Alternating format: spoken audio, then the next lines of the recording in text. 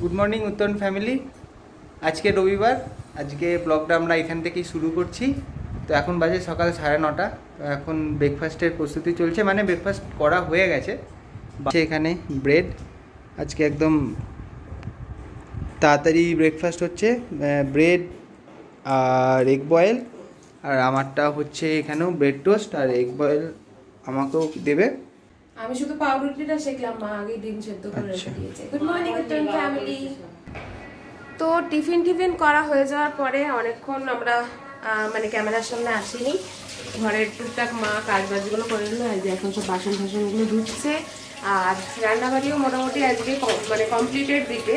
এই যে এখানে ভাত হচ্ছে অলরেডি, আর তার সাথে মা আরও কিছু রান্না, যেমন ঢেঁড়স ভাজা, কি করে ঢেঁড়স ভাজা, ভাত, এটা হয়ে গেছে।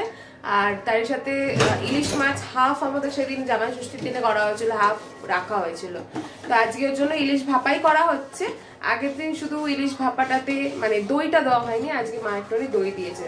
তো একবার জাস্ট দেখিনি তোমাদের। তো এই যে এটা পুরো ম্যারিনেশন করে মা রেডি করে রেখে দিয়েছিল, তাহলে একটুখানি মশলাগুলোতে ভিজলে জিনিসটা আরো টেস্টি হবে।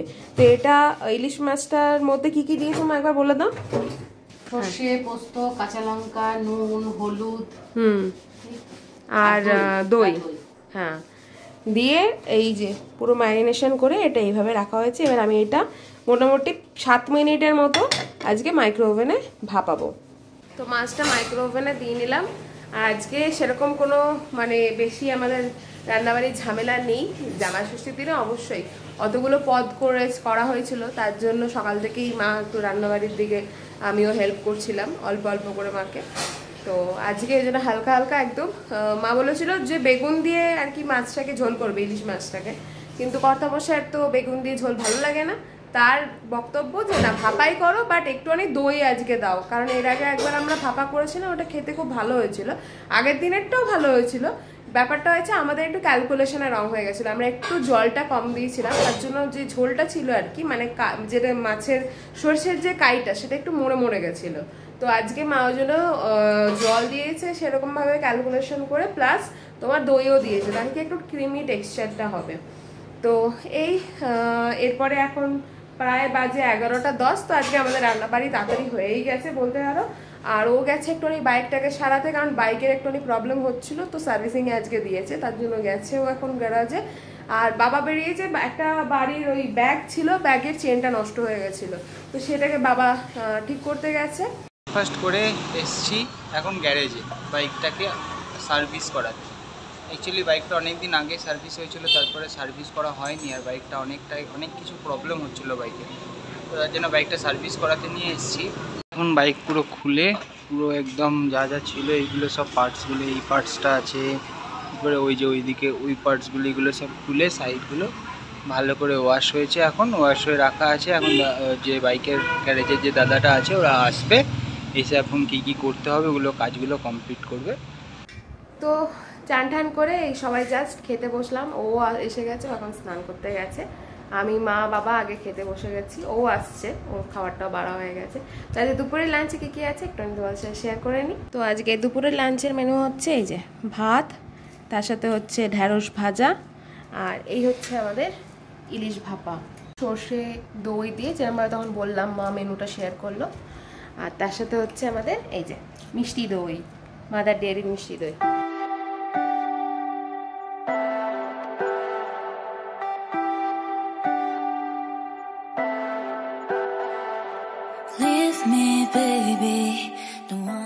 গুড ইভিনিং উত্তরণ ফ্যামিলি। সো দুপুরবেলা খাওয়া দাওয়া করে একটুখানি রেস্ট নিয়ে নিলাম, এখন হয়ে গেছে রেডি। তো এখন আমি, মা, বাবা আরও আমরা যাচ্ছি হচ্ছে একটুখানি আইকিয়া। অনেকদিন ধরে প্ল্যান করছিলাম, যাওয়ার হয়ে উঠছিল না, আজকে ফাইনালি সানডে, তো তার জন্য আজকে প্ল্যান করা হয়েছে যে আজকে একটু আইকিয়া যাই, গিয়ে ঘুরে ঘুরে আসি। তো চলো যাওয়া যাক। আর তার সাথে আকাশটা আজকে দারুণ লাগছে, একটুখানি শেয়ার করে নিই আজকে আমাদের ব্যাঙ্গালোরের আকাশটা, দেখে নাও। আর তোমরা কোথা থেকে আমাদের দেখছো অবশ্যই কমেন্ট সেকশনে কমেন্ট করে জানিও। তো আজকে আকাশটা দারুণ লাগছে।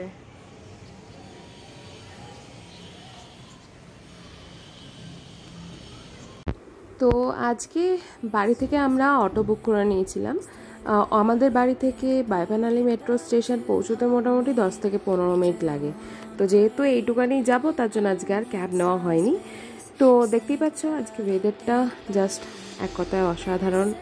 আকাশে একদম ব্লু পুরোপুরি আকাশ, তার সাথে ভেজা তুলোর মতো মেঘ ভেসে বেড়াচ্ছে, তার সাথে গরমটা একদমই মানে খুবই কম বলতে পারো। যেরকম কলকাতায় প্রচণ্ড গরম বা আদার্স স্টেটে ব্যাঙ্গালোরে সেই অনুপাতে গরমটা অনেকটাই কম।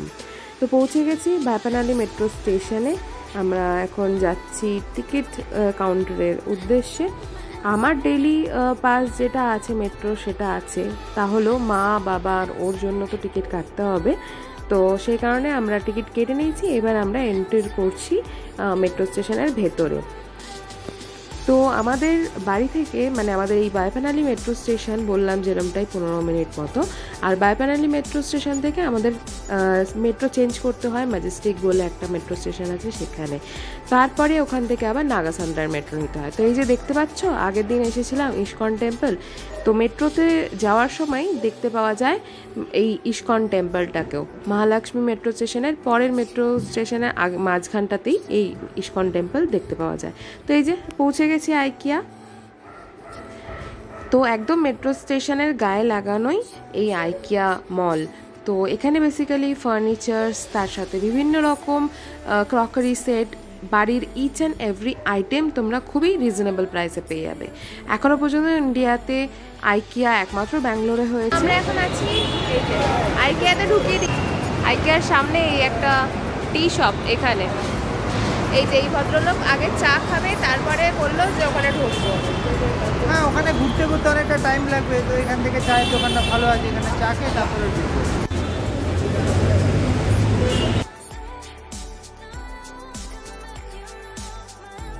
তো এখন চা খেলাম, মুড়ি খেলাম, ঝালমুড়ি। তো ঝালমুড়ি ভালো না। হ্যাঁ, মুড়িগুলো দেখে মনে হচ্ছিল মুচমুচে হবে, কিন্তু মনে হয় টমেটো দিয়েছে বলে একটু নরম হয়ে গেছিলো। তো এই আমরা আইকিয়া, এই যে আইকিয়ার বিল্ডিং। তো আইকিয়ায় আমরা যখন ভেতরে ঢুকলাম, এই প্রপার্টিটা প্রচুর বড় আর অনেকগুলো ফ্লোর নিয়ে পুরো মানে মলটা আর কি তৈরি হয়েছে। তো আমরা এখন ভেতরে চলে এসেছি আর এরপরে আমরা চলে যাচ্ছি হচ্ছে ফার্স্ট ফ্লোরে। তো বেসিক্যালি ফার্স্ট ফ্লোরে বিভিন্ন রকম মানে ক্যাবিনেট করে করে পুরো ডেমোটা দেওয়া হয়েছে যে একটা ছোট্ট স্পেসে কিভাবে রুমগুলোকে তোমরা ডেকোরেট করতে পারো। আর এখানে ইচ অ্যান্ড এভরি আইটেম যেগুলো শো করা আছে ইউ ক্যান বাই ইট। তো এখানে পুরোপুরি ডেমো। এরপরে তোমরা দেখতে পাচ্ছ কোথায় কি আছে না আছে। তো বিভিন্ন রকম, যেমন এক একটা ডাইনিং স্পেস তোমরা কিভাবে সাজাতে পারো। এক একটা জায়গাতে দেখলাম হল, বেডরুম, বাচ্চাদের কিডস রুম। তো আমরা ওগুলো দেখে ঠেকে নিয়ে ফার্স্টে ডিসাইড করলাম যে আগে ডিনারটা সেরে নেব, বিকজ 9:30 পর্যন্ত ক্যাফে খোলা থাকে। তো 8টা এখন অলরেডি বেজে গেছে, তো ওই জন্য চলে এসেছি আমরা ক্যাফে এরিয়াতে। আর এখানেও একটু মজাদারভাবে খাবারটা মানে পাওয়া যায়। তো বেসিক্যালি কোনো রেস্টুরেন্টে গেলে তোমরা আগে খাওয়ার অর্ডার দাও, তারপরে তারা খাবার সার্ভ করে, বাট এখানে এটা নয়। এখানে সমস্ত খাবার তোমাদের পুরোপুরি মানে সাজিয়ে রাখা থাকবে, সেখান থেকে তোমার যেটা পছন্দ সেটা তুমি নিতে পারবে। শুধুমাত্র এই লাইভ কাউন্টারে তুমি যেটা বলবে সেটা তারা বানিয়ে দেবে। তো আমরা যেটা যেটা যার লাগবে সেই সব খাবার আমরা নিয়ে নিয়েছিলাম। আর এখানে তোমরা বেশিরভাগই সুইডিশ যে মানে ডিশেসগুলো হয় সেগুলো পেয়ে যাবে। তো আমরা নিয়েছিলাম বেসিক্যালি পরাঠা, কিছু ইন্ডিয়ান খাবার, তার সাথে সুইডিশ কিছু ডিশ, কিছু ডেজার্ট, এই সমস্ত খাবার মিক্স করে আমরা খাবারগুলো মানে পছন্দ করে নিয়ে নিয়েছিলাম। এবার যাচ্ছি হচ্ছে খাবারটা নিয়ে বিলিং কাউন্টারে, কারণ এইভাবেই খাবারটা নেওয়ার পরে বিলিং কাউন্টারে গিয়ে ওরা পার ডিশ ওয়াইজ টাকাটা মানে তোমার থেকে বিল করে।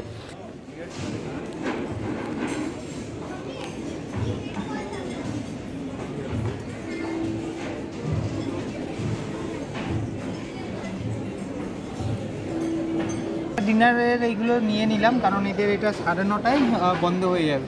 আমাদের এখনও আর একটা ফ্লোর ঘোরা বাকি আছে। তো আগে ডিনারটা নিচ্ছি, সেটা বাড়িতে গিয়েও শেয়ার করে দেবে তোমাদের সাথে। তো আমরা আগে 9:30, কারণ একটু ক্রাউডও আছে, আজকে রবিবার, তো আমরা আগে ডিনারটা করে নিচ্ছি। তো নেওয়া হয়েছে এখানে একটা চিকেন মিটবল, চিকেন কড়াই চিকেন আর পরাঠা, দুটো করে 8টা। আর এটা চিজ কেক আর এটা চকলেট ম্যাঙ্গো কেক।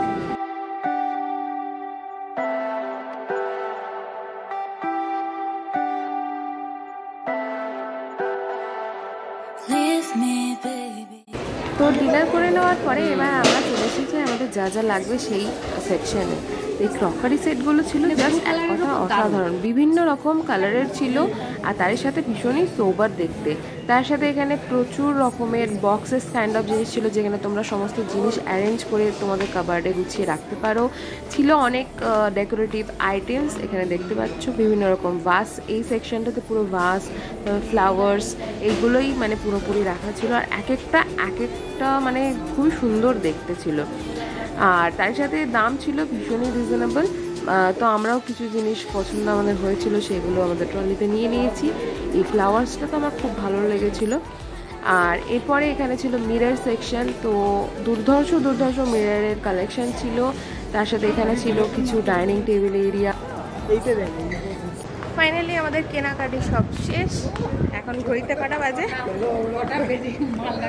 হ্যাঁ, আমরা কয়েকটাই জিনিস কিনেছি। এই যে এই ব্যাগটা, আমরা ব্যাগ আনিনি, তার জন্য আমাদের একটা, এটা কত টাকা নিল? 199 দিয়ে এই ব্যাগটা নেওয়া হলো। যাই হোক, কিছু জিনিস এটাতে চাইলে স্টোরেজ করে রাখা যায়, তার জন্য নিলাম। এখন মেট্রো স্টেশনের দিকে যাচ্ছি, এখন প্রায় 10টা বাজে। এই জাস্ট আমরা বায়পানালি মেট্রো স্টেশন নামলাম। এখান থেকে আমাদের অটো করে বাড়িতে যেতে হবে। একদম কারেক্টলি আমরা 10টায় নাগাসান্দাকা থেকে মেট্রোতে উঠেছিলাম, আর এখন বাজে 10:52তে কারেক্টলি আমরা নামলাম বায়পানালিতে। মোটামুটি ব্যাঙ্গালোরের এক প্রান্ত থেকে আর এক প্রান্তেতে আসলাম 52 মিনিটে, মানে উইদাউট ট্রাফিক। বুঝতেই পারছো, কারণ মেট্রোতে এই একটা সুবিধা। আর যদি গাড়িতে আসতাম মোটামুটি 2 ঘন্টা তো লাগতোই, প্লাস ট্রাফিক থাকে আর অনেকটা ফার, মানে অনেকটা দূর এখান থেকে। তো এটাই বেটার একটা, মানে ব্যাঙ্গালোরের মধ্যে যদি থাকো, metro is the best option. তো চলো উত্তরণ ফ্যামিলি, আজকের ব্লগটা এখানে শেষ করছি। দেখা হবে আর এক নতুন ব্লগে খুবই শিগগিরই। ততক্ষণের জন্য tata, bye bye and good night.